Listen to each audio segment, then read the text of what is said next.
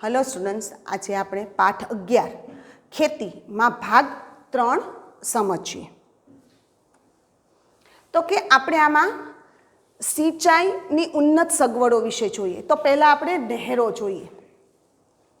નહેરો છે એ નહેરો દ્વારા ખેતરમાં પાણી પહોંચાડવામાં આવે છે અને નહેરોના પાણીનો જો વધારે પડતો ઉપયોગ થાય તો જમીનની ફળદ્રુપતામાં ઘટાડો થાય છે। એ પછી ખેત તલાવડી। तो कि खेत तलावड़ी कोने कहेवाय? तो कि खेत तलावड़ी छे ई खेतरमां ढोळावाળી जमीनना शेठा पर बांधवामां आवे छे, बनाववामां आवे छे अने आमां वरसादना पाणीनो संग्रह करवामां आवे छे। खेतीमां सिंचाई माटे आ खेत तलावड़ी छे ई खूब उपयोगी छे। ए पछी चेकडेम जोईए।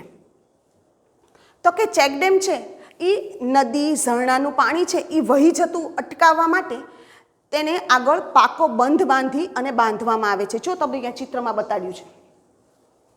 चेकडेम बांधवाथी कूवा अने बोરના તળ છે એ ઊંચા આવે છે, એટલે થોડું ખોદીએ તો આપણને પાણી મળે।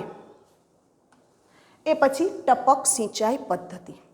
તો કે આ પદ્ધતિ છે એ સૂક્ષ્મ પિયત પદ્ધતિનો એક પ્રકાર છે અને જેના દ્વારા પાણીની બચત કરવામાં આવે છે અને પોષક દ્રવ્યો ધીમે ધીમે છોડના મૂળ સુધી પહોંચે છે। આ પદ્ધતિમાં વાલ્વ, પાઇપ, નળીઓ અને ઉત્સર્જકોનો સહિયારો ઉપયોગ કરી અને પાણી સિંચવામાં આવે છે। પાણી અને પોષક તત્વોનો એક સરખા પ્રમાણમાં દરેક છોડના મૂળમાં જાય છે અને જે બે હરોળ વચ્ચે જગ્યા ધરાવતા પાકોમાં આ પદ્ધતિ વધુ ઉપયોગી છે। કપાસ, એરંડા, શેરડી, ટમેટા, રીંગણ, ફ્લાવર, કોબીજ, બટાટા, ભીંડા વગેરે પાકોમાં આ પદ્ધતિ અનુકૂળ આવે છે અને એવું કહેવાય છે કે 40 થી 60% સુધી પાણીની બચત કરી શકાય છે અને આ પદ્ધતિનો ઉપયોગ કરવા સરકાર દ્વારા આર્થિક સહાય આપવામાં પણ આવે છે। એ પછી આપણે જોઈએ બીજી પદ્ધતિ, ફુવારા પદ્ધતિ।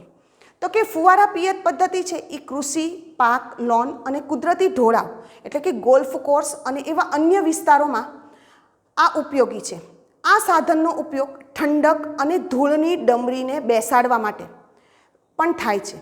આ પદ્ધતિનો ઉપયોગ મોટા ભાગે રહેણાંક વિસ્તારોમાં, ઔદ્યોગિક એકમોમાં અને કૃષિ ક્ષેત્રમાં થાય છે। એમાં ઘઉં, બાજરી, જુવાર, મકાઈ, મગફળી, ચણા, ડુંગળી, મેથી, ચોળી, ફ્લાવર, બટેટા, શેરડી વગેરે પાકોમાં આ પદ્ધતિ ખૂબ ઉપયોગી છે અને અનુકૂળ છે। આમ ખેતીની વિવિધ આધુનિક સિંચાઈ પદ્ધતિના ઉપયોગથી વ્યક્તિ પાણીનો બચાવ અને જમીનની ગુણવત્તા જાળવવા વધુ ઉત્પાદન મેળવી શકાય છે।